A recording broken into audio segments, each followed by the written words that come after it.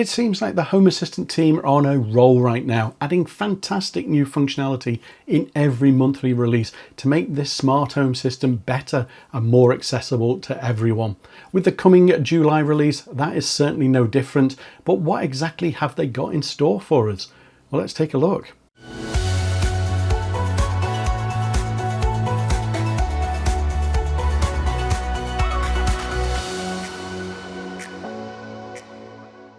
Hey everyone, my name's Simon and welcome to Bite of Geek, where I focus on Home Assistant and smart home technology. So it feels like it was only yesterday when I was telling you all about the new functionality we could look forward to in the June release of Home Assistant, yet here we are already looking at what's in store for July. I've been playing around with the new beta release and looking over what we can expect in the next update, and I think there's some exciting functionality in store for everyone. Now, just to mention, this is a beta release of the software, and as such, the next release may not contain everything listed. Sometimes things just don't work out as expected and need to be pulled and saved for a future release, or sometimes we might just get some additional functionality added. As always, I'll put a link to the release notes in the description of this video, should you want to go and read about it in more detail.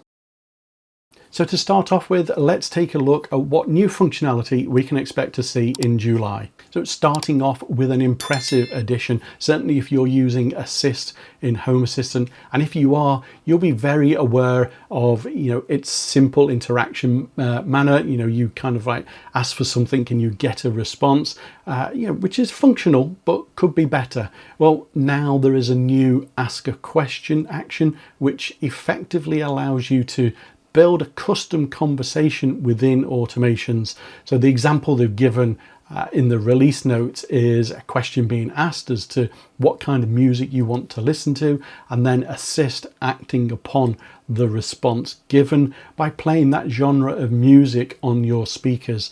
It's a very effective addition to Home Assistant that I'm sure will get many people's wheels turning as to how it could be used in their smart home. Now, I've always thought the area card was a little limited and other community cards didn't really cover everything off that I needed. So to see that the area card has been completely redesigned is something I think is going to be very well received. With similar styling to the tile card and having flexible layouts, it's designed to integrate into sections very, very easily. You've got the option of a compact or a detailed view, each allowing you to customize the control section to show what controls you want or the order of those controls according to the requirements of the area that you're configuring. And talking of controls, it also now supports controlling cover entities as well. And I think this is a great update to Home Assistant. So if you do as well, hit the like button below. Now, back in the April release of Home Assistant, we were all introduced to the new experimental areas dashboard, which has been long overdue and seemed to go down very well with so many people. Anyone who's worked with any kind of UI developers will know very well that they don't stop until everything is perfect, however, and in this release we've got further improvements to make it less cluttered. Using the new and improved area card, with a single click, you can now interact with the main devices by room, as well as also having it act as a navigation hub, allowing you to quickly access those detailed views of each area you've configured. Really nice functionality that I'm sure everyone will appreciate, and I can imagine a lot of users who have tablets on their walls, for example, will be looking at this and thinking how they can integrate this or use this within their smart home. Now, next up, and I'm sure some of you will have encountered some of these frustrations before one way or another, whether that's needing to enter the same credentials over and over when using a single AI agent, or not being able to add MQTT devices from the UI.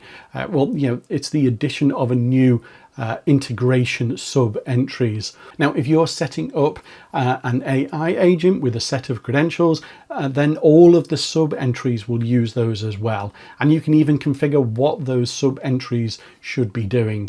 As for MQTT, well, now you can configure all the devices that are connected to your broker very easily, which is very, very welcome. However, at the moment, it's not for everything. So Currently, it's going to be for Anthropic, Google AI, MQTT, Ollama, and OpenAI Conversation. But I think that's a pretty good starting point. And for me, it covers everything I'm currently using. And to go with this, the integration page has had some major work done to it as well. So now not only does it have that support for sub-entries, but it now also shows devices and services that are provided by that configuration entry, making it so much easier to manage devices and relationships. I think with these changes, we are starting to see early signs of the direction that the Home Assistant team announced recently in their roadmap 2025. I'll put a link to that blog post in the description of this video if you've not read that and you want to check it out. Now, I always find it super interesting to see what new integrations appear in each release, to suddenly find out that that one smart device that you really couldn't do anything with can now be integrated into your Home Assistant smart home, can be a real buzz. And in this release, we have 4 new integrations. Admittedly, I've only ever heard of one of them. Comment down below if you think you know which one it is. So first up, we have Altruist, which allows you to start tracking your charitable donations within Home Assistant. Next, we've got PlayStation Network. So that's now going to allow you to start tracking gaming activity and also the online status of your gaming friends. Third on the list is for homebrew enthusiasts. I can hear the cheers now. And that is a new Tilt Pi integration, allowing you to monitor brewing temperatures and gravity measurements via your hydrometer. Super cool. And finally, we have an integration for Veggie Hub, allowing you to monitor and control your hydroponic garden. So there's some nice integrations there, possibly a little bit specific for some people, but that's what Home Assistant is about sometimes, isn't it?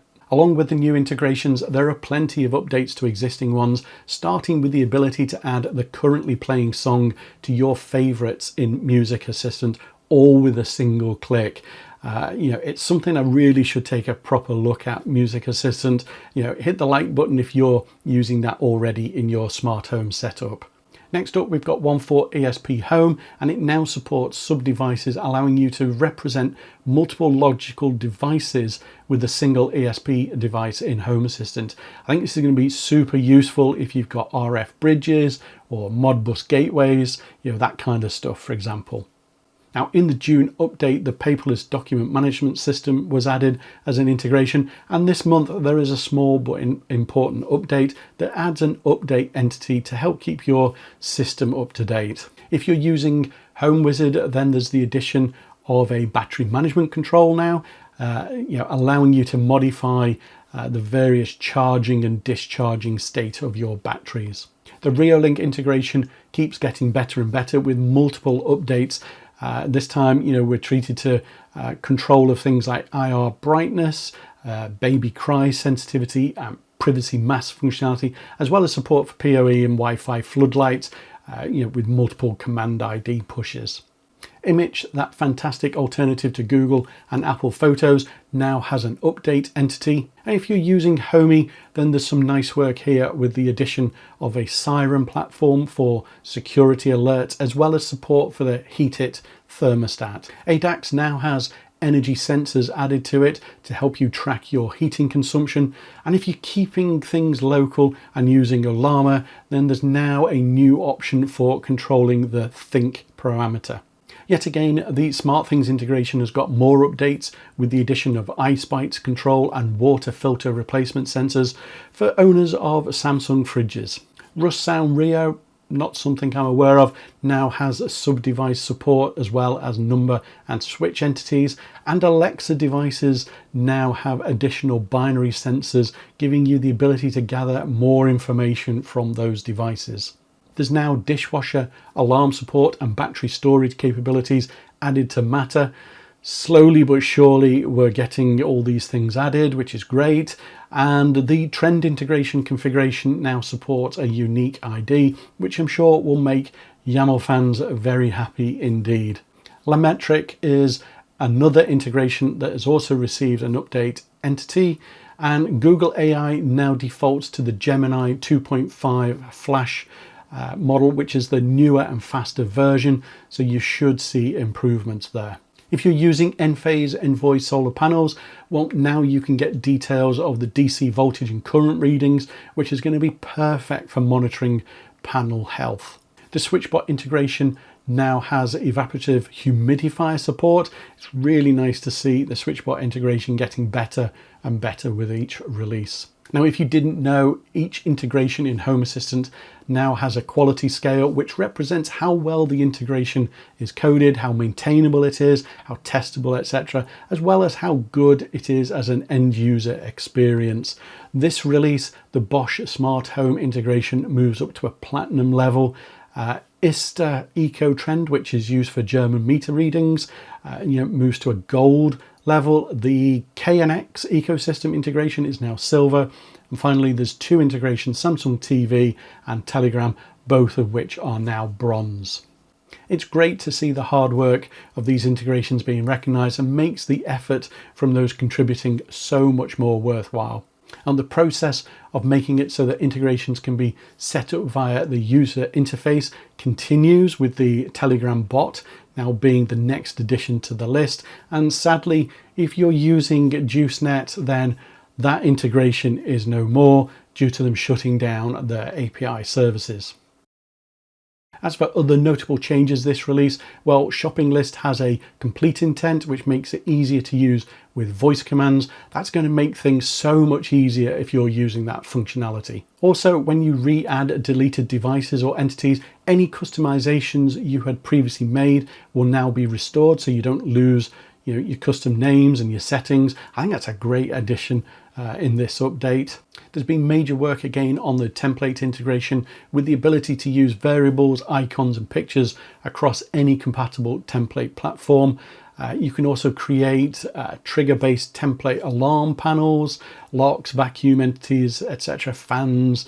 Also the ability to have a label description template method, which allows you to dynamically get the description you've added to the label from your templates. So hopefully that should help with template organization. And you can create camera snapshots via Go to RTC, which should make that a little bit easier overall. As they've stated in the release notes, it gives you a better out-of-the-box experience. Now, if you're a developer of integrations or blueprints, then the object selectors now support fields and multiple selections, which should enhance the user interface. So for end users, you can expect some nice updates coming along, as developers start to implement things a slightly different way. And if you're using wind direction sensors, perhaps on your weather dashboard, then you've now got an upgrade with range icons being added for the direction device class, with different icons being displayed according to the state of the direction sensors, which is quite nice. And finally, there is a full screen editor mode for editing YAML throughout Home Assistant, whether that's automations, scripts, templates, etc. You now found there's a new maximize button in the top right corner. You just click on that and that will expand the window. A welcome addition. I'm sure everybody will love that. Now, to go forward, sometimes you've got to go back a little bit, and as usual, there are some breaking changes in this release, 4 in total so far, and some I would imagine are quite popular.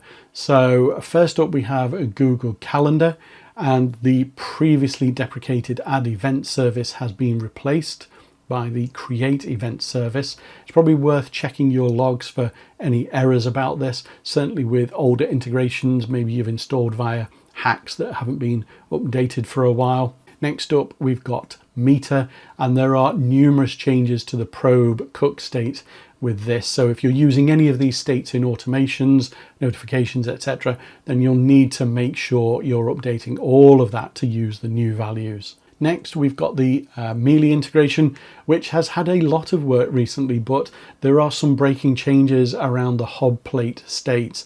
So if you're using these in any scripts or automations, then you're going to need to make updates. But if you're just using those states for display purposes, then you should be absolutely fine to leave those as they are. And finally, we have Plex media server, and this changes around the removal of the previously deprecated scan for client service, which if you're using that in automations or scripts, then you're going to need to update to use the new scan clients button entity instead. So there you go, that's what we can expect to see in the July release of Home Assistant. Some fantastic improvements there. I especially love the improved area card, and I'll be looking at how I can integrate that into my existing dashboards. But what are you looking forward to in this release? Let me know in the comments below.